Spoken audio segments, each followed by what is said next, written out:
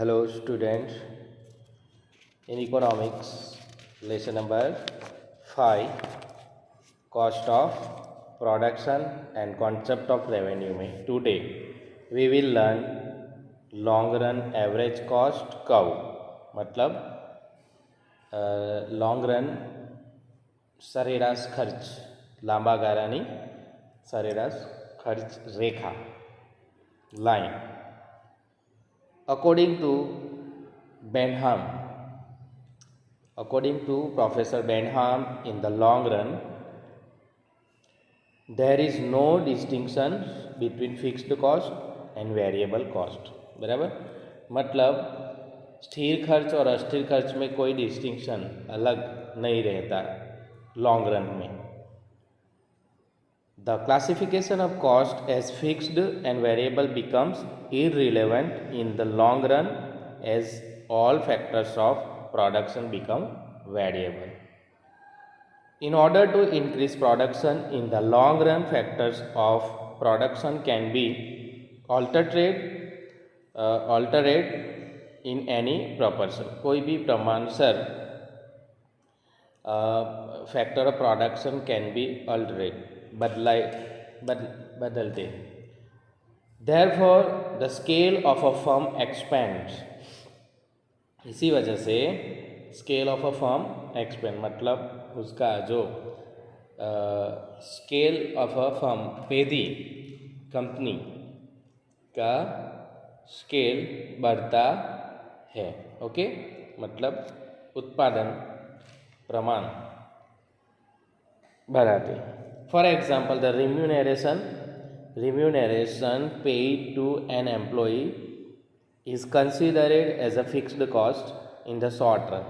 देखो, जैसे कि एम्प्लॉई का पगार सैलरी तो fix cost in short term में माना जाता है. However, in the long run, in response to an increase in demand, if the producer decide to increase production, then he or she may employ new workers.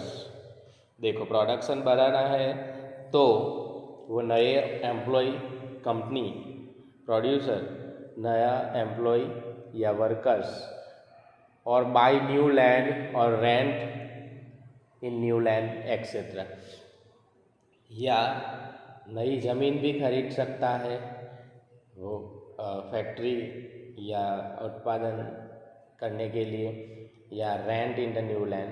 दस factors which are fixed in the short run become variable in the long run. Okay, मतलब ऐसे long run में स्थिर खर्च जैसा कुछ होता नहीं, लेकिन सब खर्च होते वो वेरिएबल बनते, मतलब अस्थिर होता है. बराबर, क्योंकि वो एम्प्लॉय बढ़ाता है, लैंड खरीद सकता है लॉन्ग रन में. Okay, now concept of revenue. हम लोग अभी तक कॉस्ट ऑफ प्रोडक्शन के बारे में पढ़ा, बराबर, कौन कौन सी कॉस्ट वगैरह उसके. नाउ 5.6 कॉन्सेप्ट ऑफ रेवेन्यू में अभी रेवेन्यू मतलब इनकम, आवकना ख्याल हो. बराबर, कौन सा ख्याल? इनकम का, आवक. In capitalist market structure the main objective of production to maximise profit. देखो, मूડીवादी बाजार व्यवस्था में उत्पादन का क्या हेतु, क्या ध्येय, क्या एम होता है? ज़्यादा से ज़्यादा नफ़ा कमाना. Therefore the concept production is to maximise profit. Concept of production क्या होता है? उसका उत्पादन करने का ध्येय क्या है कि ज़्यादा से ज़्यादा प्रॉफिट कमाए. Therefore the concept of revenue assumes significance, और इसी वजह से कॉन्सेप्ट ऑफ रेवेन्यू को महत्व दिया जाता है. When total revenue of a firm is higher than its total cost. देखो, पेदी का इनकम टोटल कॉस्ट से ज़्यादा होता है तो profit accrue and if total revenue is lower than total cost, losses occur. क्या होता है, प्रॉफिट बढ़ने से if total revenue is lower than the cost, मतलब टोटल रेवेन्यू कॉस्ट से ज़्यादा खर्चा, total revenue is lower than cost, खर्चे से मतलब खर्चा ज़्यादा है और रेवेन्यू इनकम कम है तो क्या है, लॉस गया पेटी फर्म को। However while analyzing profit is in the short run, the concept of average revenue and the marginal revenue are used more often, bar bar. We proceed to understand the concept of total revenue, marginal revenue and average revenue, मतलब हम लोग को आगे ये पढ़ेंगे total revenue, marginal revenue and average revenue, जैसे हम लोग कॉस्ट में पढ़ा। तो टोटल रेवेन्यू पहले, total revenue by selling the produced units money received by the firm is known as revenue, बराबर। जो मनी पैसे रिसीव करता है पेडी प्रोडक्शन के बदले में, उसको रेवेन्यू बोलते हैं। Total income received by firm from sale is called total revenue. This income is known as total revenue और sale revenue, okay. And firm total income is based on two things, price per unit and total scale, बराबर। Price per unit and total sale. When both factors or any one factor changes, the revenue of firm changes. Let us try to understand total revenue with one example. A firm produces pen and per unit market price of pen is ₹50 and total sale of firm is 100 units. 50 रुपये की एक pen और total sale कितना हुआ, बेचान कितने बेची, 100 units, मतलब 50 रुपये की एक पेन, 100 पेन, ऐसी 100 पेन बेची तो pen then total revenue form is 100 into 50 is equal to 5000, मतलब 50,000 उसकी रेवेन्यू इनकम हुई। To find out total revenue this formula is used.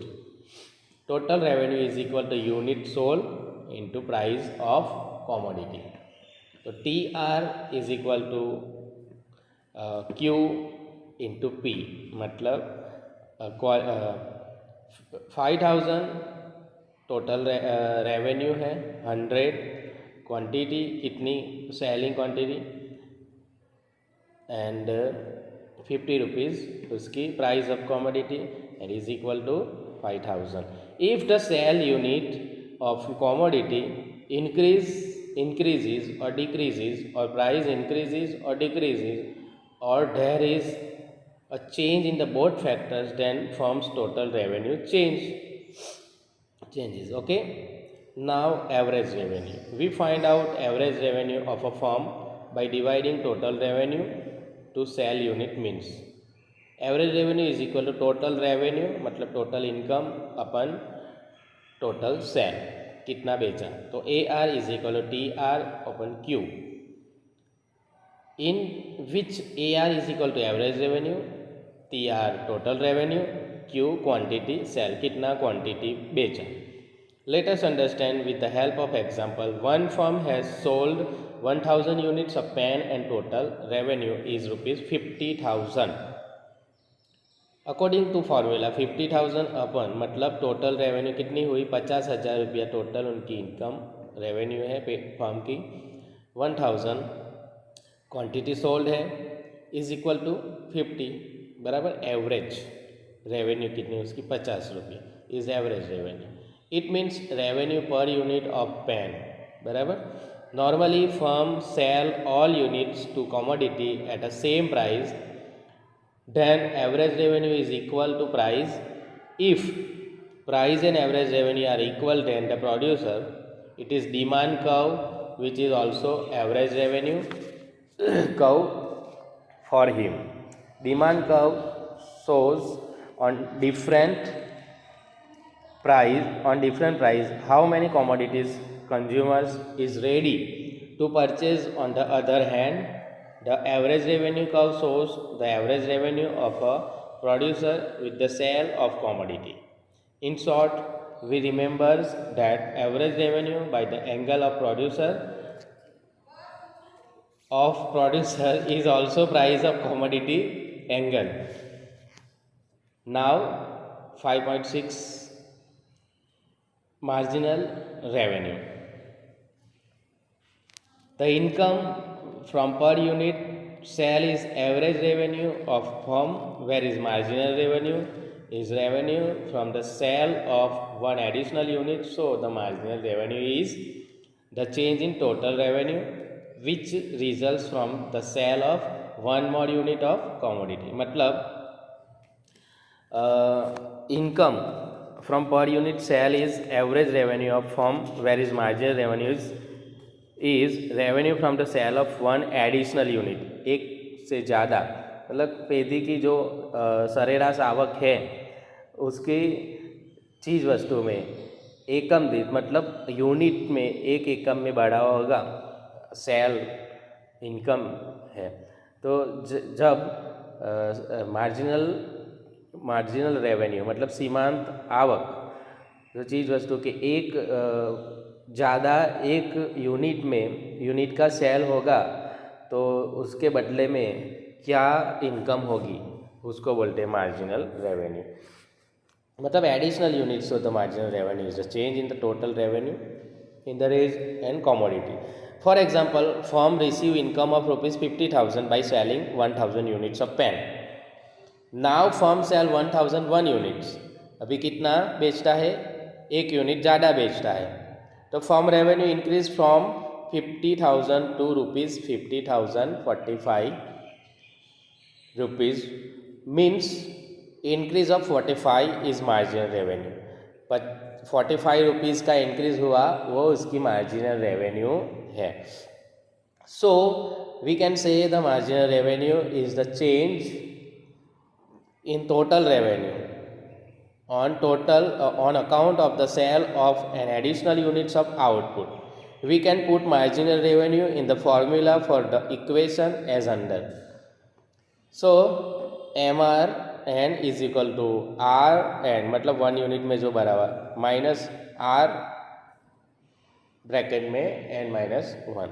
Where is MR is equal to marginal revenue N number of sold unit कितने units बेचे and RN revenue from the sale of N units commodity. RN minus 1 is equal N minus 1 revenue from sale of units. Okay, units. In earlier example, we have seen that 1,000 pen is sold at a price of 50 rupees and total revenue is rupees 50,000. Now, if 1,001 units of pen is sold, then total revenue is rupees 50,045 rupees per the formula. Marginal revenue find out this under. Here N is equal to 1,001 and N minus 1 is equal to 1,000 मतलब sold units and additional units N. MRN is equal to RN minus R N minus 1 is equal to RN जो revenue from the sale of N units commodity में 50,045 rupees minus 50,000 is equal to 45 is marginal revenue. Okay, now total revenue, average revenue and marginal revenue under perfect competitive market. पूर्ण हरीफाई वाले बाजार में मतलब बहुत सारी पेदी प्रोड्यूसर सेलर्स ऐसी, तो उसमें perfectly competitive market in such market where firm accepts market price and sell its commodity. मतलब ऐसी परिस्थिति में पेदी या सेलर्स को प्रोड्यूसर को वो बाज़ार में जो बाज़ार कीमत है वो एक्सेप्ट करनी पड़ेगी, वही कीमत से बेच सकता है. बराबर, वो अपने हिसाब से ज़्यादा या कम हो करेगा तो उसके सेलिंग पे इफेक्ट होगी। इन परफेक्ट कॉम्पिटिशन मार्केट, पुनर्डिफाई वाले बाजार में commodities are homogeneous and there are large number of buyers and sellers.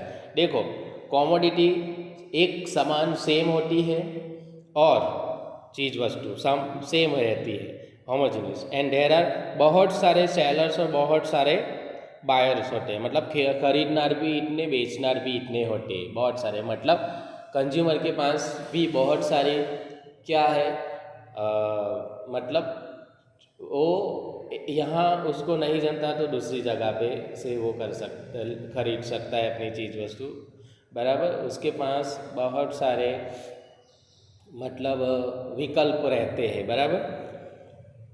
Buyers and the sellers have complete knowledge of the market situation. खरीदना और बेचना दोनों को पता होता है कि इसकी प्राइस कितनी है, बराबर। कोई भी चीज़ है, बहुत मार्केट में बहुत सारे सेलर्स एंड बायर्स है, तो उसमें एक ये जगह पे इतने की मिलती है, वो जगह पे, तो उसको पता है कि मार्केट में उसकी प्राइस कितनी है, तो वो कोई भी जगह पे ज़्यादा कीमत दे के खरीदेगा नहीं, बराबर। क्योंकि वो सिचुएशन उसको पता है मार्केट की, तो तुरंत पता चल जाएगा। Price is determined by demand and supply of a commodity and the firm sell commodity on the price. Only no firm can affect the price. कोई भी प्राइस को इफेक्ट नहीं कर सकती। Therefore price is fixed and constant. Price कैसी रहती है? Fixed और स्थिर रहेगी, बराबर। उसमें कोई बढ़ावा या कम नहीं कर सकता। In perfect competition market price is equal to average revenue is equal to marginal revenue. Perfect competition में P is equal to AR is equal to MR। ए कैसा रहेगा? सेम रहेगा। If price of commodity is ₹50, then average revenue and marginal revenue of firm is 50 only, बराबर, क्योंकि उसमें कोई बढ़ावा कम नहीं होगा। Therefore firm's average revenue and the marginal revenue curve is same and parallel to x-axis. In diagram we can see this by DD curve, मतलब demand, which is horizontal to axis, मतलब x axis को के साथ सीधी ही line रहेगी दीदी, क्योंकि ओके डिमांड देखो, you can see in the diagram. So revenue curve in perfectly competitive market में कैसा रहेगा रेवेन्यू कर्व?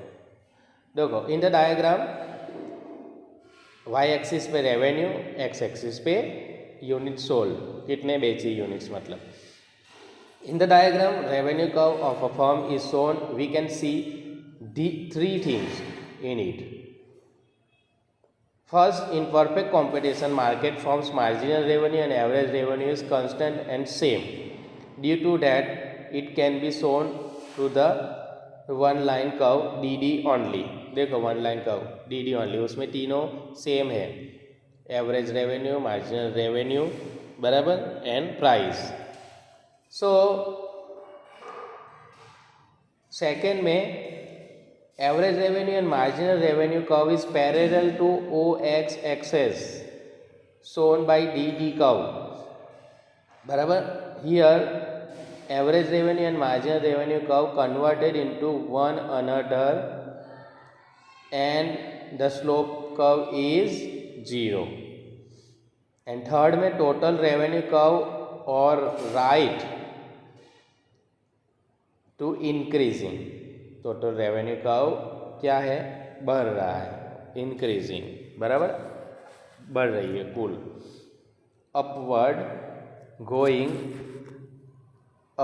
गोइंग कर्व, मतलब उद्गम बिंदु बोलते हैं उसको हिंदी में। 45 डिग्री एंगल पे ऊपर जा रहा है, एंगल एट अ 0 पॉइंट से, बराबर। मतलब this curve indicates that the sale of goods increases, total revenue also increases at equal rate. Therefore the slope of total revenue curve is positive and equal proportion। मतलब कि जो कैसा है, हकारात्मक और सप्रमाण, proportion equal proportion में होता है, मतलब एक समान और पॉजिटिव है। ओके।